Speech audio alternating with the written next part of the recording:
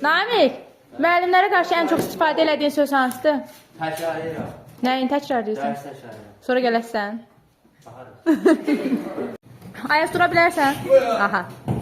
Müəllimlərə qarşı ən çox istifadə elədiyin hansı söz var? Məni yarımam. Hazırlıqdan gəldim. Bir də yorulmuşdum ki, Aha. dərs qalmışam, oxuyamadım dərs. Heyf, eləmi? Dur. Denən görün mənə, müəllimlərə qarşı ən çox istifadə elədiyin söz hansıdır? Birinci çıxmayın lan. Başqa? Başqa yox. Tamam. Denən görüm, Elay, müəllimlərə qarşı ən çox istifadə elədiyin söz hansıdır? Kəlməni oxumamışam. Oxumamıza. Elə deyirsən, elə birbaşa.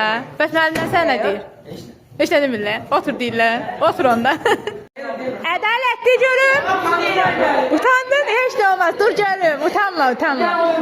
Ədalət. Ədalət, dur görüm. Ədalət, həqiqi utandın, qıpqırmızı oldun. Cavad, de görüm, ən çox istifadə elədiyin söz hansıdır? Denən görüm. Heç nə? Yo, Cavad desin. Hə, Cavad? Yerin bilmirdin? Nəyin?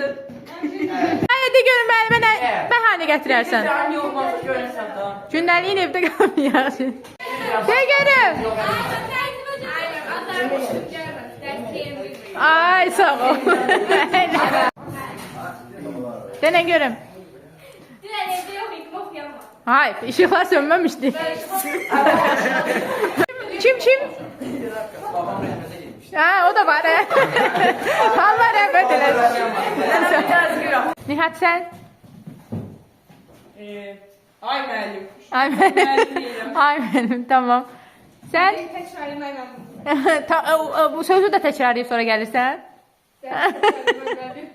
Tamam. Emin. Emin. Gör nə var? Siz. Axırda mən danışa bilərəm. Axırda. Yaxşı. Aha. Məhəmməd. Təkrarlıya çıxırsan. Ömər, sən nə deyirsən ən çox? Müəllim, bir dəqiqə. Bir dəqiqə. Tamam. Sonraki? Evdədir. Denən görüm, ən çox nə söz işlədirsən? Bir mən danışıram. Ay, sağ ol.